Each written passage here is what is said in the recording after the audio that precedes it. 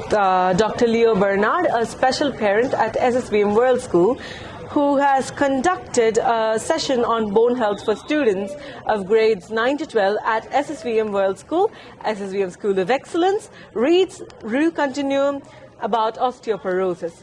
He is a consultant orthopedic surgeon and a specialist in joint replacement and arthroscopy. Sir, let me first start by expressing my gratitude and pleasure in having this opportunity to interview you. So your first question is, what are the biggest challenges that you faced in your field? Good afternoon. If you want to talk about the challenges that we face in our field and career, first is when we enter into MBBS, right from 12th, it will be a dramatic change because the total pattern of learning will vary, and to get into the field of MBBS during our period, it was 25 years before, the number of seats were very limited. Total number of colleges in Tamil Nadu were less, only 12 colleges were there, now approximately 50 I think.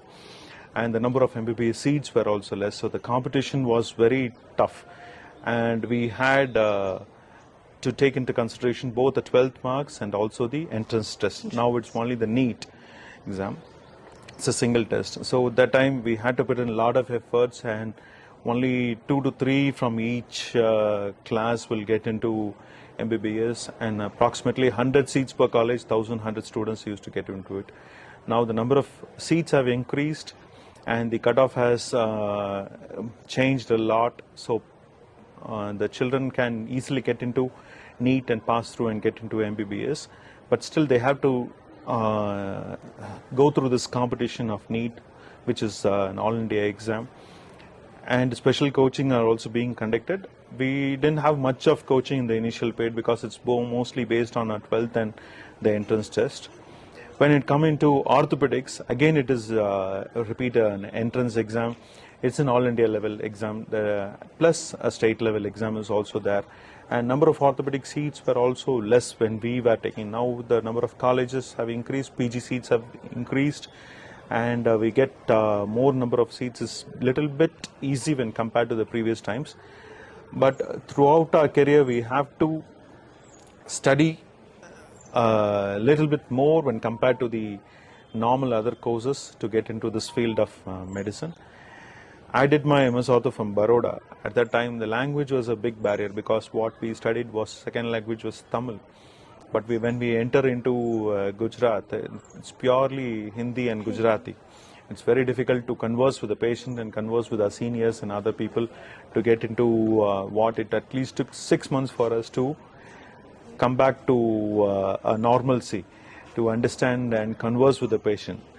So I think it's better that Hindi is included in as a third language also, so that they get a bit of exposure when people want to take NEET and entrance, and if they get a seat in North India outside Tamil Nadu, you will need this language as a help also.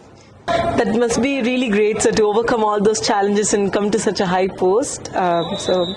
So your second question is, how do you feel about enhanced technological advancements in orthopedics? Okay. About the recent technological advancements in orthopedics, we can classify into one for the diagnosis purpose and for the treatment purpose. For diagnosis, previously, the basic investigations that were available were X-ray, CT, then came the MRI. But now we have gone a bit more advanced. We have the PET CT, and in PET CT itself, still more advanced technologies are there, which can detect smaller lesions, even up to the size of 1 millimeter, can be diagnosed accurately with the help of these diagnostic tools. And also basic even X-ray, radiology, which took nearly 10 minutes for a single X-ray. Now it has brought down the time by just a flash of a light, and 2 to 3 seconds we are able to capture an X-ray image and send it to the doctor immediately. So these are the technological advancements in basis of diagnostics. Whereas in the treatment part, we have a lot of newer technologies which are being incorporated into the operating fields, not only in orthopedics, in general surgery, in cancer surgery, urology, in all fields, robotic surgery has made a exponential growth and has turned everyone's attention towards it, because the precision that is involved in robotics in oncology, especially cancer surgeries, is much more.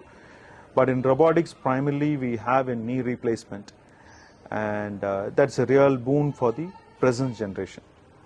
That is really amazing, sir, how technology has evolved so much. So your next question, what would your advice or guidance to be to aspiring orthopedics, to students who want to pursue a career in orthopedics, what would your suggestions be to them? My advice to people, school children who are willing to go for orthopedics, it's a bit too early to decide that you become an orthopedic surgeon, because you have nearly 5 to 6 years of course to be completed in MBBS, during which your preferences might change. You might be willing to go for orthopedics at the end of 5 to 6 years, you might change your mind, but still, if you're strong, you want to pursue orthopedics and you have a passion for it, it has to be done with the thorough knowledge right from the first day of MBBS.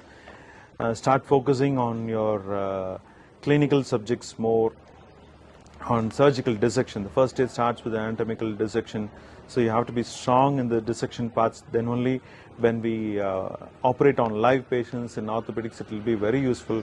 Whatever we learn in the first year of orthopedic in anatomy in MBBS is going to help a lot in orthopedics. And orthopedics is now in the first top 1,000 ranking seats in postgraduate studies. So you have to be in the top 1,000 people to take orthopedics in a good center which has a good technical training. Just taking orthopedics in a low volume center might not be enough, so you always have to aspire to get an MS Ortho degree in a high volume center where they operate a lot of cases, you get good surgical exposure and feel the confidence when you start operating the patients. That's wonderful advice. So now I want to ask you about the session that you conducted at SSVM. How do you feel after conducting a session with SSVM World School students especially? Yeah, that's a good question. We had this academic session in multiple institutions, both in schools and colleges.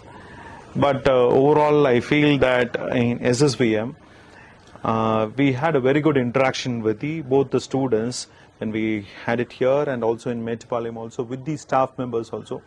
It was very interactive session. We didn't find any people not listening. Everyone were very attentive, and many people had a lot of questions. It means that they have listened to what we told them. So it was a very great experience, because the interaction is what matters, because if they don't interact, some colleges, they don't ask questions also, they just listen and then go off. And so it was a very interactive session. That was the best thing. That's really wonderful, sir. Were there any moments that you felt stood out to you, or any aspects that you found particularly rewarding during the session? Yeah, if anything particular about the session is, as I told you previously, the amount of the interaction that we have with the audience. So that was one outstanding thing about the people in SSVM, both the students and the staff. They had a very good interactive capacity, and that makes the speaker feel good. And the other thing was the excellent arrangements done by the SSVM management. It was really good, and the massive screen and the massive auditorium, everything was outstanding. That was the best part of the session. Yes, sir. Thank you so much for taking your time, giving your precious time to answer my questions. I learned a lot. So thank you very much, sir. It was a wonderful session. Thank you, Ruhani. Thank you for giving me this opportunity, and I also thank SSVM management for having arranged this wonderful program. Thank you. Thank you, sir. Thank you.